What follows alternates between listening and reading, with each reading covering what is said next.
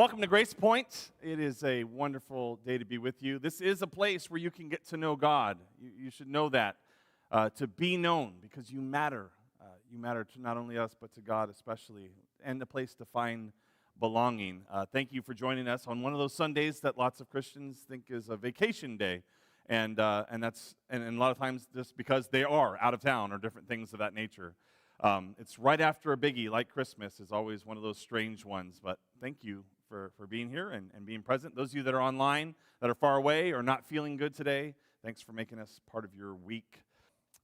This is a strange, we're right in the middle of between Christmas and a new series. Next year we'll start a new series called A New Beginning, and it's going to be a lot of fun to wrestle with some different things that maybe we need some newness to, and we'll see what that looks like. Today's a little bit of a standalone as we approach a new year. Some of you, 2024 has been a pretty good year, right? And you're okay with that. For others of you, you're like, good riddance, 2024, and that's fine. I feel that as well. I'm excited for the new year, personally.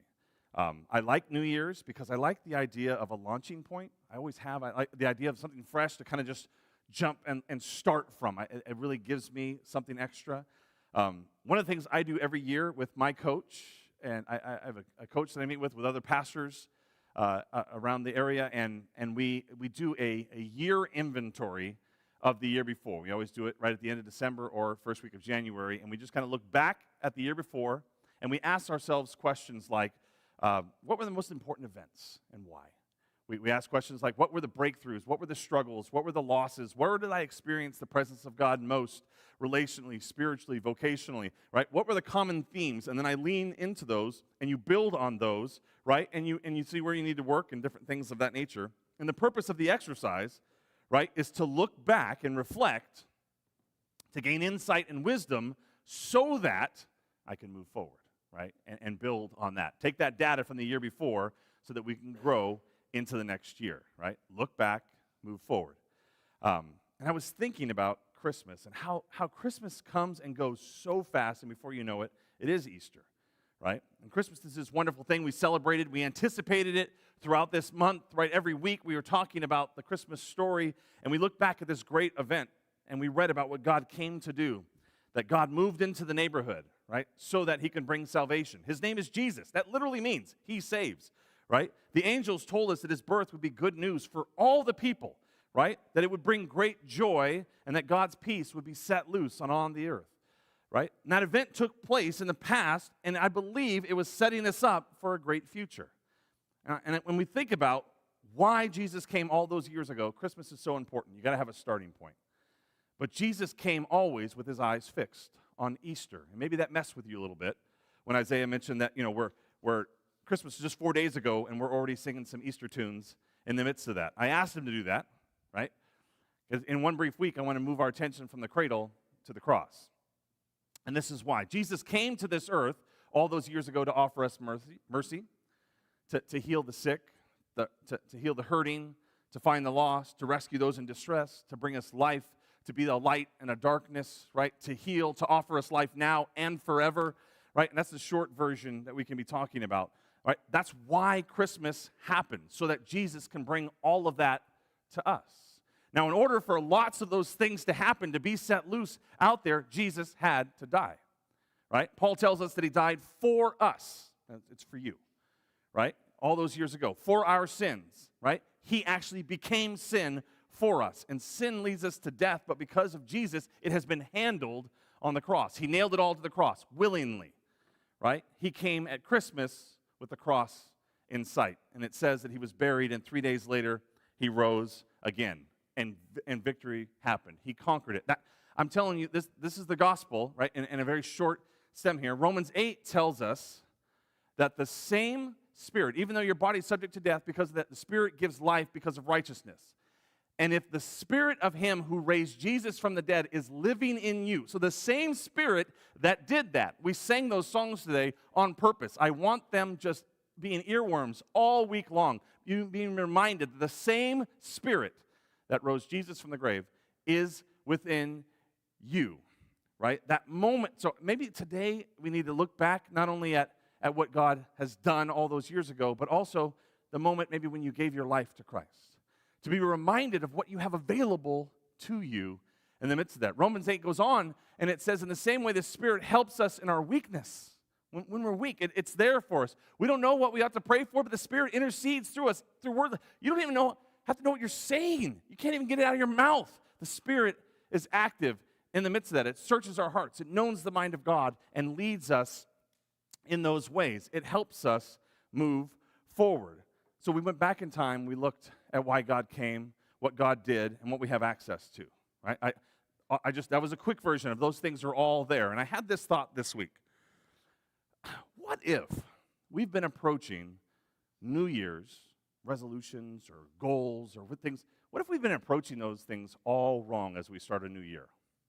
I wonder, we haven't looked back and realized what we actually have available to us to help us progress and move forward in our life. I wonder if sometimes we just get ahead of ourselves and we just start going instead of thinking about what we actually have access to. Let me just hold that thought for a second as we approach the new year. How many of you guys actually make New Year's resolutions or just goals to set for the new year? Some of you guys do that, right? It's okay whether you do or you don't. It's not a big deal. Even if you don't make a resolution, that all of us kind of want to start the new year going, I'd like this year to be better than the last year. Like that, we do start with that mentality to do that. There are different ways to approach a new year, right? Different personalities do that a little bit differently, right? There are dreamers and there are realists, right? And a lot of times they marry each other, right? That tends to be the case, but neither the dreamers, right? They talk about the new year and this is my year, right? Right? This is going to be phenomenal. We're going to go here. We're going to do this. We're going to be I'm going to get so much done, right? And the realist goes, you said that last year, right? So that tends to be what happens, right? It's going to be amazing, the dreamer says. The realist, how, right? Right? Nothing right or wrong about these two different personalities. This is how we're wired. They both have benefits and they both have shortcomings, right? Believe me, I can kill them both, but I don't want to, right? The dreamers, they talk about the new year in very positive ways. I'm not trying to pit these ideologies against each other, right? I want to bring us together so that what we see is not through those specific lenses, but one, I think it's in the middle, and that's through the lens of possibility, okay? So whether you're a dreamer or a realist, I think the lens of possibility is the best way to approach a new year, right? With immense and massive potential, right? Not wishful thinking, not a defeatist attitude, right? The extremes of those two ideologies, right? But possibility, potential, right? So let me just deal with both of them. Realist, let me talk to you for a second, right? And I'll do this, right? We as the dreamers in this room, right? We appreciate your pushback. We appreciate your thoughtful questions, right? They're good. They're helpful. But I want to say, be very, very careful that you don't transition from realist to pessimist, okay? Right? You don't want to do that. Pessimists don't get invited to parties, right? They don't. Or when they do, they're avoided like the plague because their negative energy is exhausting, right? So, and pessimists tend to stay stuck, right? That's just the way that tends to go. So we want to be careful. It's okay to be real. It's okay to ask questions, right? But be careful it doesn't push the tipping point where we move from realist to pessimist. Dreamers, it's okay to dream, right? It's not okay to stay in illusions and pie in the sky, right? You got to help the realists around you. Let them know you got a few steps you're going to take in order to actually make those things possible, right? Dreamers, you've got to have a plan. Otherwise, it's nothing but a dream, right? It's delusional versus that. So there are ways to grow in both of these. We want to be careful that we're not realists becoming pessimists and dreamers becoming delusional, right? And the way you do that, I believe, is leaning into possibility, right? And this is why it's so important. Possibility is this engine that gives us the potential for a better future, for a potential for a better year, a better you. I think about this, every breakthrough that takes place in our world, whether that's in business, in culture, organizations, individually when a person has a break. They trace back to someone or a group of someone where they kind of go like, we can do this, right? It starts with that, right? The idea. And then you have to ask those good questions. You have to push to move yourself towards that particular thing. But the opposite is true as well. If you do not believe something is possible, you are also correct. Because you'll stop right there, right? It just stays right there. Some of you might look ahead and you're like, this is going to be great. Some of you are like going, I don't think it's possible, right? Those are both correct, right? We get to choose which one it is, whether you're a dreamer or a realist. I want to challenge you today to see the world through possibility. Matthew 19, Jesus tells this interesting story. He's talking with the disciples, and he tells this thing where he says, it's so hard for someone who is rich to enter the kingdom of heaven, right? It's easier for a camel to go through the eye of a needle than for someone who is rich to enter the kingdom of God. The disciples heard this. They're like going, who can be saved? The idea, right? You got to think about this. Those who have means, right? And this still happens even in our world today. We often think that those who have stuff because God has blessed them. They're in this better place because they have all these different things. And because of that, Peter's like going, if they don't get into heaven, what chance do I have of getting into heaven, right? That was this kind of debate going on here. This is not the good debate. It's not about if someone's rich, then they're unholy and they can't go to heaven. And it's not if someone is poor, they automatically get into heaven because of that. This is not that. That's what Jesus is talking about. This passage, the point Jesus is making, is not about having or not having money. The point is, with the story, that with God, all things are possible, he says, right? This, with man, it's impossible, this idea. But with God, all things are possible. But far too often, we end up spending all of our energy trying to do things on our own. And God is a last resort or an emergency policy. And I think there's something about that gets us in trouble, right? See, how we approach the new year with possibility is not just about what I bring to it, but with God, all things are possible. Paul says something similar in Philippians 4, right? One of those famous pillow verses there. I know what it is to have a little. I know what it is to have plenty. In all circumstances, I've learned the secret of being well-fed and going hungry, of having plenty and being in need. I can do all things through him who strengthens me, right? Not because I'm great, talented, rich, strong, good-looking, come from the right family, got the right degree. I can do all things through him, right? Very, very different way of thinking. God is telling us things are possible with him. So I want you to start to just think in your own, what is possible for you in the new year? Just let that kind of simmer. Is it possible for you to take steps towards a healthier financial situation, right? Is that possible for you? Is it possible for you to have an even better marriage? Is it possible for you to have a better home life, school life, work life, right? What's possible for you relationally, emotionally, right? Your spiritual life. What is possible in those places, right?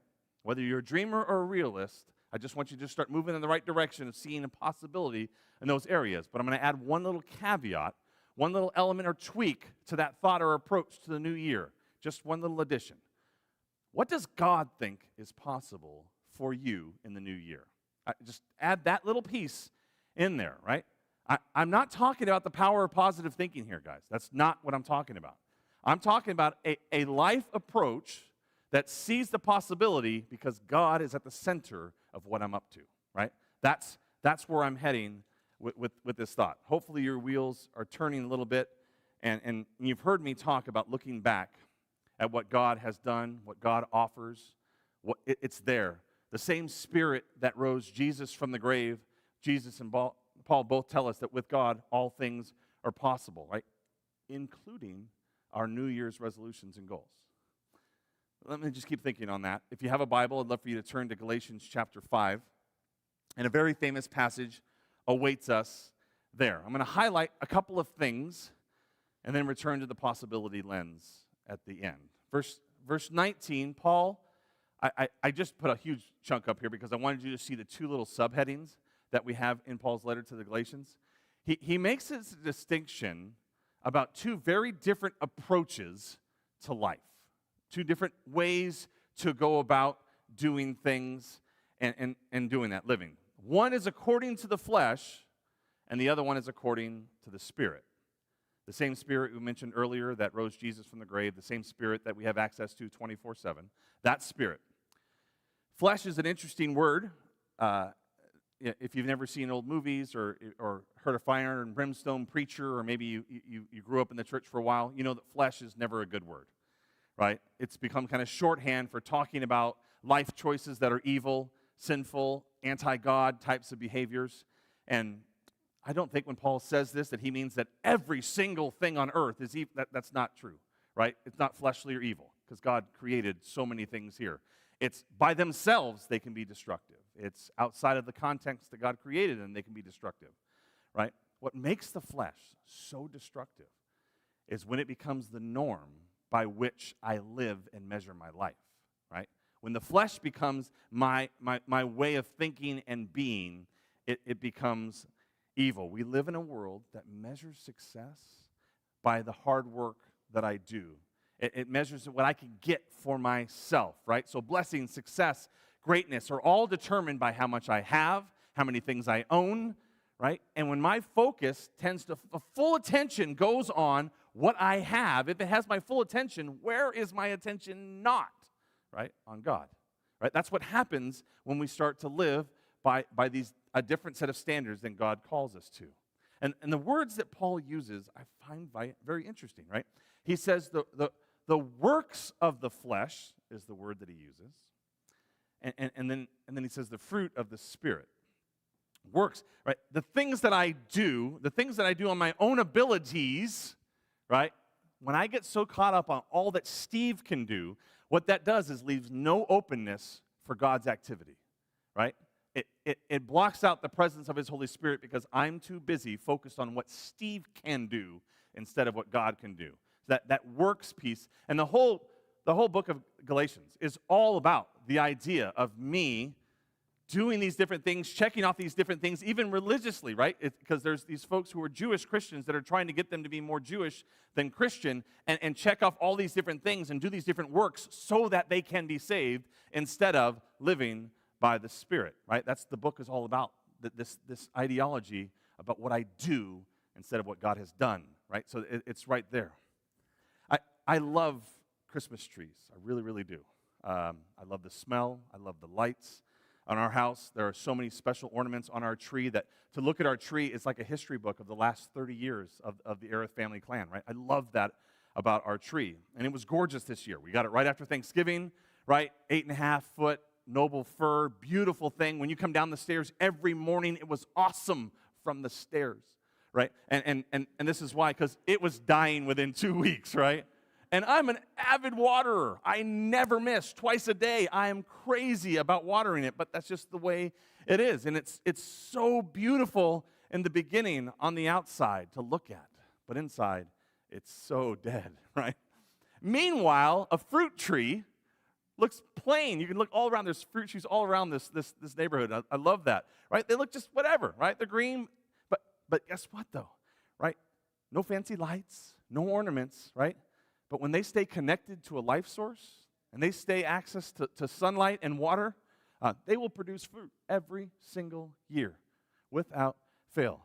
Right? While my Christmas tree is being picked up from my curb on Friday, right? Right? So I feel like so often, and I was thinking about the works of the flesh and the fruit of the Spirit. We do all this stuff to pull off a great Christmas season, and it feels like work, right? All these tons, and there's great things involved. Don't get me wrong, right? But it's easy to get sidetracked. It's easy to get distracted from what Christmas is actually all about and focus on the works, the things I have to do. Meanwhile, Paul's over here reminding us it's not about the work, right? It's about the fruit, right? Fruit that just grows, right? Not because of what I'm doing, but because I'm in step with the Spirit. So then I had this thought.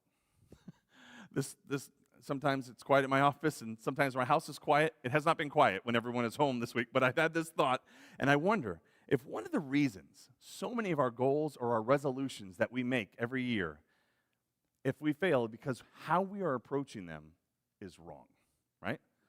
We're not giving God any space to work. We're making things harder on ourselves. Paul says, walk with the Spirit. He doesn't say sprint with the Spirit. He doesn't say compete in a marathon with the Spirit. He says just walk. Just one foot in front of the other. In fact, the Spirit, it's not reluctant to work for us at all, right? It's eager to produce fruit, right? There's less work involved. Paul says, be led by the Spirit. Let it drag you a little bit, right? Rather than trying to go the other way. There are decisions that we make, right? We choose to work alongside the Spirit. We choose to go that way. But I'm putting my focus, working to get myself in step with the Spirit instead of too busy trying to do my own thing. When we stay connected to the source, we will produce fruit. And that fruit, I'm telling you, can be used for 1,000,000 goals and resolutions, right? Here's some fruit, right? He says, the fruit of the Spirit, not the works of the flesh, the fruit of the Spirit, love, joy, peace, patience, kindness, generosity, faithfulness, gentleness, self-control. There is no law against such things. I don't know how you see that list, what you think about that. And you're like, that's a nice list. Those are nice things. That's power. That's a powerful list. So powerful. I'm telling you right now, think about every one of your New Year's resolutions and goals. Every single positive one you can make can be found right there, right? Those things are the key to actually bringing them to fruition, right? I believe that with all my heart. You see, when it comes to New Year's resolutions, the end game is getting your heart aligned with what it is that you're trying to do, and then the things just start to take care of themselves from there. For example, if your New Year's resolution is to get into better financial shape, what God thinks is possible is that with the help of the fruit of self-control, right, you can avoid impulse buys, right? You can, with the help of the fruit of patience, you cannot give in to instant gratification all the time. With the help of faithfulness, the fruit of faithfulness, you can become a better steward with your finances, right? Right? Patience and all these different things. God believes it's possible for you to get healthier if that's something that you're looking to do, right? Because God believes with self-control, you can avoid the addictions and the appetites for the things that are not good for you. With His patience, you can stick it out when it gets hard after the first week and you're trying to eat healthier or you're trying to maintain, you can stick to it. Steadfastness, God's fruit, allows us to do these other things. Those are secondary goals. The first one should be focused on the fruit, and the fruit produces these other things. Because with Jesus, where that fruit comes from, all things are possible. If your relationships are wrecked right now because you're impatient because things are not getting right, or there's hatred or unforgiveness in your heart, Jesus says, try my fruit of love, right? That everything can come from there. If worry, anxiety, depression are pushing you down and battering you, Jesus is like, oh, the fruit of joy and peace, they're possible. Come to me. Do you believe that, right? It's staggering, the list of possibilities that can happen for the people in your life and for you when we lean into and think about the fruit. My challenge for you and to myself is this. Start this year, before you make a goal or resolution, if you have one, just back up a step, right? And choose one fruit to focus on, right? Choose one of the 9, right? And choose to be more sensitive to God's Spirit in the midst of that. If you have secondary goals, that's great. I'm going to, right? But I'm going to lean into one of these fruits, and I'm going to just pour into it and want to work myself to get even more in step with that and focus on that. Next year, I'm going to choose another one, and then the next year, another one, right? I feel like year after year, I've been trying to do all these things on my own. I've been trying to work. I've been trying to, I get so focused on Christmas trees, I miss out on the other stuff instead of walking with the Spirit. God has what I need in order to succeed. God wants you to succeed. But I'm putting all my efforts into works rather than fruit. His Spirit, with his help, I can do all things. And the same Spirit that is within me is the same Spirit that rose Jesus from the grave. That's the access that we have, that we just have to look back and go, oh, that's what I have access to. And put God first on our to-do list and watch what happens next. Because with Him, all things are possible. So let me pray with you. Lord, it's so easy to get caught up when we see on every bookshelf a self-help thing. when we see that those who pull themselves up by their own bootstraps and all these other things, these mottos that praise and bring all kinds of glory and attention to what I can do. And it's always about me and I instead of what you are up to, God. I pray that we could start this new year off with a focus on what you've done for us and what you believe is possible for us when we lean into you. It is through you all things are possible. I can do all things with you. Lord, I pray today that we would choose to lean into that and become fruit-bearing trees rather than Christmas trees that kind of flare up and are beautiful for a little bit and then immediately die and thrown to the curb. We want to be folks that stay connected to the source and produce fruit year-round. Bless us now, Lord, as we head into this new year. In your name we pray.